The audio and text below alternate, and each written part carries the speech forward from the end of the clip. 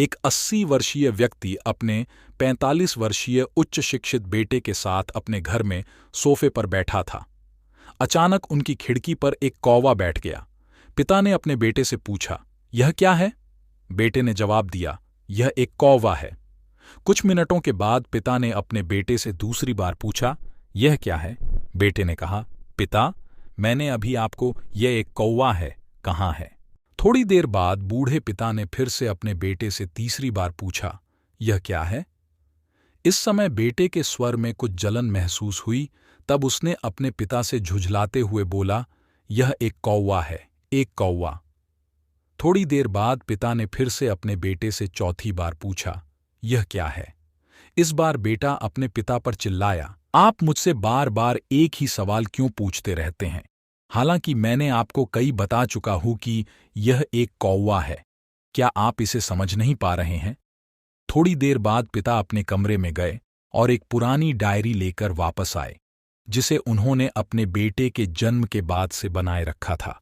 एक पेज खोलने पर उन्होंने अपने बेटे को उस पेज को पढ़ने के लिए कहा। जब बेटे ने इसे पढ़ा तो निम्नलिखित शब्द डायरी में लिखे गए थे। आज मेरा 3 साल का छोटा बेटा सोफे पर मेरे साथ बैठा था, जब खिड़की पर एक कौवा बैठा था। मेरे बेटे ने मुझसे 23 बार पूछा कि यह क्या है, और मैंने उसे 23 बार जवाब दिया कि यह एक कौवा था। मैंने उसे हर बार प्यार से गले लगाया और उसने मुझसे 23 बार फिर से वही सवाल पूछा। मुझे इस बात से बिल्कुल भी चिढ़ नहीं हुई कि मैंने अपने मासूम बच्चे के लिए प्यार महसूस किया है, जबकि छोटे बच्चे ने उससे 23 बार पूछा, यह क्या है?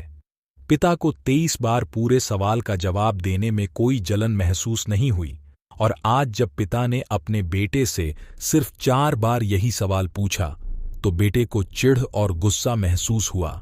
इसे पढ़कर उस बेटे को अपने किए गए व्यवहार का पता चल गया था, जिससे चलते अब वह मन ही बहुत शर्मिंदा हो रहा था। शायद उसे अब किए गए अपने बूढ़े पिता के प्रति व्यवहार पता चल गया था। इसलिए यदि आपके माता पिता जब बुढ़ापे में होते हैं, उन्हें न तो पीछे छोड़ें और न ही उन्हें एक बोझ के रूप में देखें, बल्कि उनके साथ एक दयालु शब्द बोलें। शांत, आज्ञाकारी, विनम्र और उनके प्रति दयालु बनें। अपने माता पिता के प्रति विचारशील रहें। आज इस बात को कहें, मैं अपने माता पिता को हमेशा खुश देखना चाहता हूं। जब से मैं छोटा बच्चा था, उन्होंने मेरी देखभाल की। उन्होंने हमेशा मुझ पर अपने निस्वार्थ प्रेम की वर्षा की है।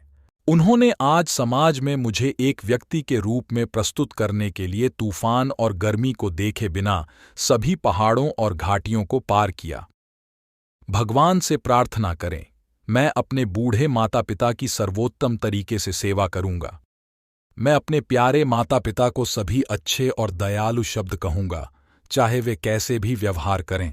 तो आप सभी इस कहानी को सुनने के बाद सीख जरूर मिली होगी। तो आपको ये कहानी कैसा लगा, कमेंट में जरूर बताएं।